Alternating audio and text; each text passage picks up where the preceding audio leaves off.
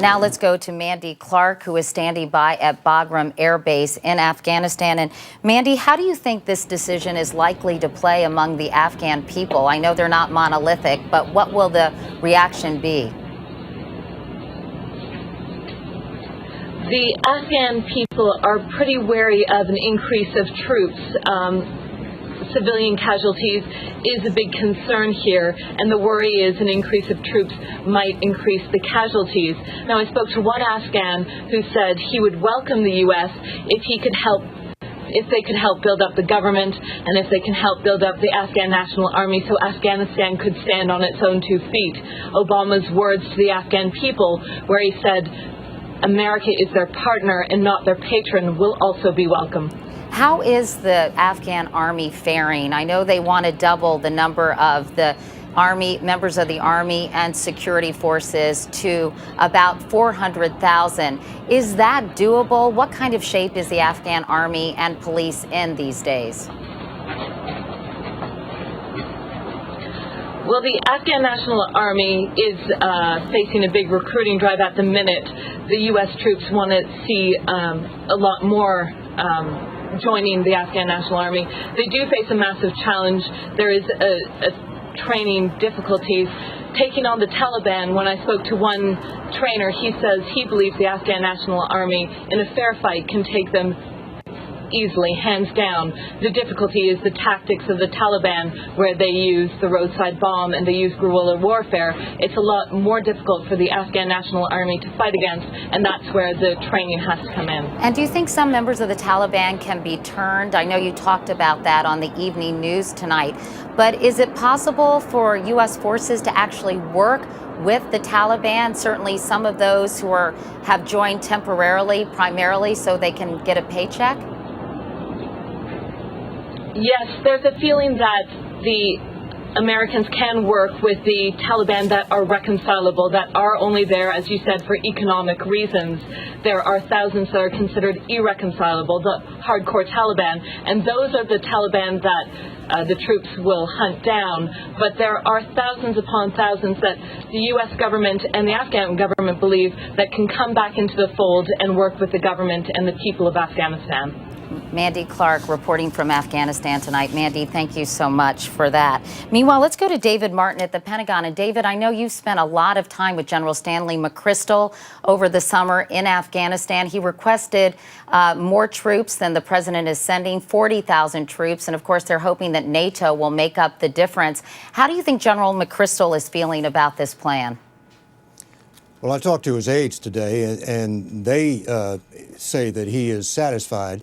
And the reason is that the mission has been narrowed here. The mission is no longer to defeat the Taliban.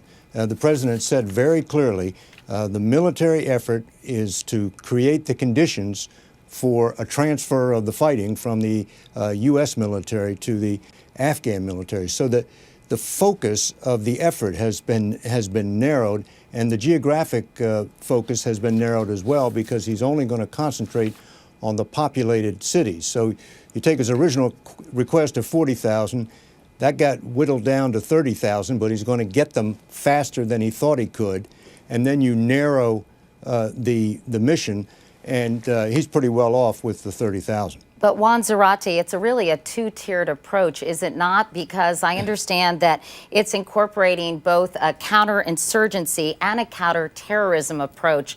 The average American may not understand the difference between those two strategies. Can you explain? Sure, and I think this is one of the challenges for the president. He's trying to limit the scope both in time and in strategy for what we're doing in Afghanistan. The challenge is, from a counterterrorism perspective, we want to attack al-Qaeda's networks, attack the Taliban's safe haven, but that's difficult because al-Qaeda in many respects is on the other side of the border in Pakistan. So explaining this is difficult. Counterinsurgency, on the other hand, relies on securing the population, building the ability of the Afghan security forces to take care of their own security.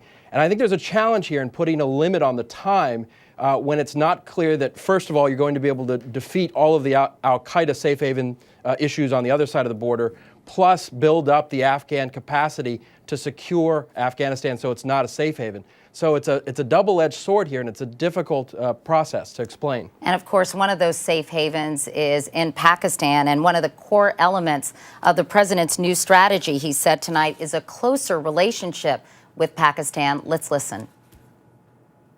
In the past, we too often defined our relationship with Pakistan narrowly. And those days are over. Moving forward, we are committed to a partnership with Pakistan that is built on a foundation of mutual interest, mutual respect, and mutual trust. Lara, Logan, what more can Pakistan do to help the efforts to basically squelch the Taliban and al-Qaeda? Well, first and foremost, Pakistan has to stop denying safe haven to the Taliban leadership that they know are inside their own country. You know, the Afghans are very fond of telling me that it makes no difference what you do in Afghanistan if you don't deal with Pakistan. President Obama outlined that very clearly. He's very much aware that the 3 tiers of his strategy include Pakistan. So you can pour as many troops as you like into Afghanistan, but if you don't deal with the command and control centers across the border, then you're not going to achieve anything. And there's a reason that al-Qaeda has more operatives inside the tribal areas in Pakistan right now than in Afghanistan. And that reason is very simply the U.S. and NATO. So to suggest that you can deal with one without dealing with the other is absolutely meaningless. You have to deal with both of them. Al-Qaeda would happily return to Afghanistan if the U.S. withdrew.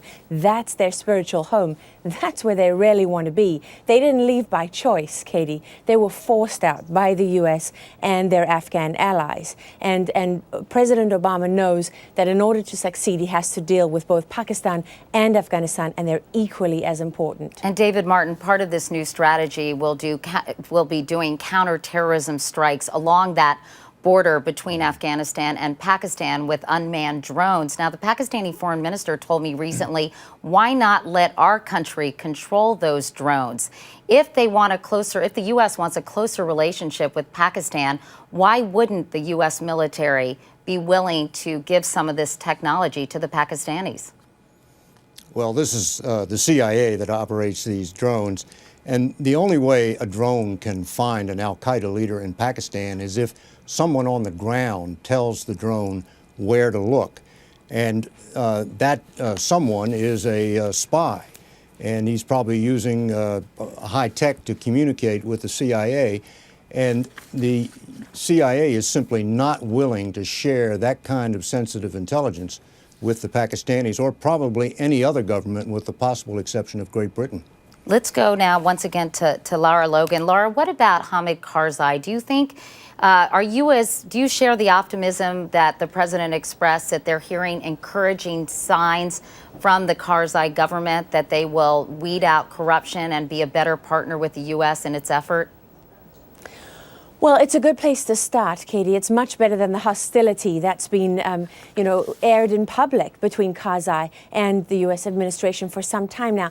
And the U.S. is realizing, or has realized, that Karzai is not just their best option. He's really their only option. But one of the very important things that gets lost in focusing on corruption is, anything that undermines Karzai publicly is helping the Taliban. It's feeding into their propaganda strategy. Karzai's weakness and Karzai's corruption and the corruption of his government is a huge part of their propaganda. They're selling themselves to the Afghan people as the anti-corruption answer to Afghanistan's problems. And the truth is, the Taliban are not targeting the corrupt Afghan governors or police officials. They're going after the best ones, the most efficient, the most honest, the most hardworking. And that's part of their war strategy. They're not interested in counterinsurgency and counterterrorism and call it whatever you like. They're at war with the U.S., and a big part of their war strategy is killing off the best, most effective parts of the Afghan government. Okay. And the U.S. has to deal with that. Let's go to Chip Reid. Thanks, Lara, who's been covering the speech in West Point. I know that President Chip told a group of reporters, or actually someone was discussing this, saying that a speech is not enough, that this will be inadequate in terms of convincing the American people and Congress that this is the right way to go. So what is the next step for the administration? Well, it's going to be a long haul, Katie. It begins this week with his top advisors, Hillary Clinton and Secretary of Defense Robert Gates, testifying before Congress and others. And at some point, I think you can expect, we don't have confirmation on when, but certainly at some point, the president's going to have to go to Afghanistan. There has been a huge rumor mill of when that might happen. Certainly there's a safety issue and a lot of other issues involved, but one of the big parlor games in Washington is when is he finally going to go to Afghanistan. But I think what it's really going to take is some sense that this plan is working. It's going to take a long time to turn people around. And one other thing, Katie, those votes that he noted, back in 2001, when the vote was taken on going into Afghanistan, it was 420-1 in the House and 98-0 in the Senate, because American people were angry and they really wanted to do something about it. They're going to have to get that back, Katie. All right, Chip Reid. Chip, thank you so much. President Obama and Herod, thank you to all of our CBS News correspondents.